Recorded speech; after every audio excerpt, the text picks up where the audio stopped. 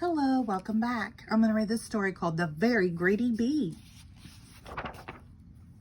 In a busy, buzzy beehive lived a very greedy bee. All the other bees worked hard making honey and cleaning the hive, but the greedy bee spent all day gobbling pollen and guzzling nectar. Slurp, slurp, burp. Slurp, slurp, burp. The greedy bee wouldn't share his nectar with anyone. He wouldn't even let a tired ladybug sit on his flower. "Find your own flower," he shouted. "This one is mine. Mine." And when one day the greedy bee found a meadow full of the biggest, juiciest flowers he had ever seen, he decided not to tell anyone. "Yummy," he buzzed.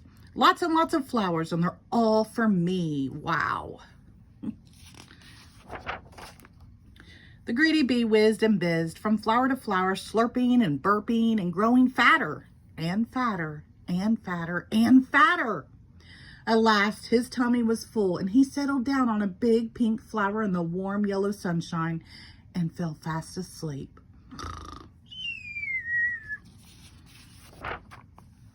When the greedy bee woke up, it was dark.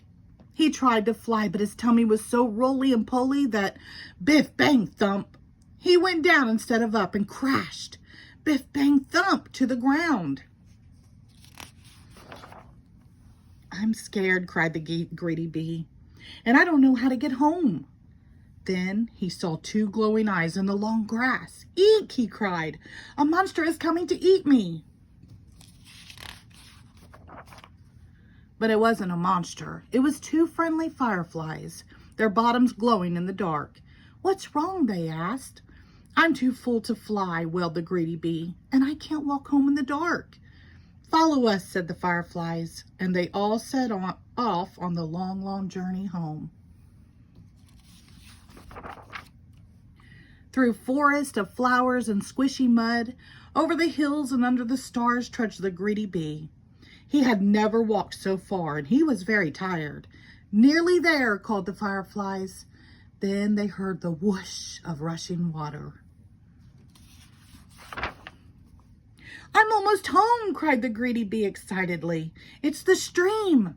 And it was, but his hive was on the other side of it.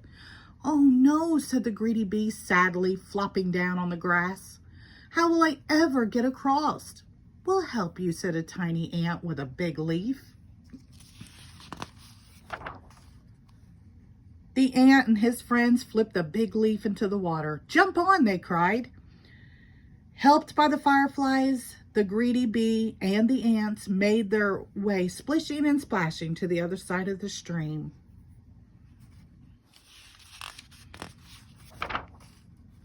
"Hooray, I'm home," cheered the greedy bee. "Where have you been?" asked the other bees. "I overslurped," said the greedy bee.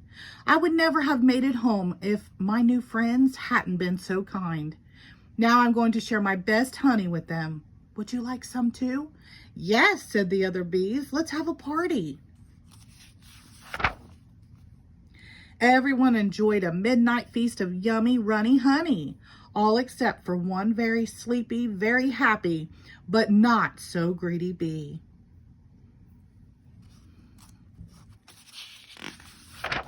The end.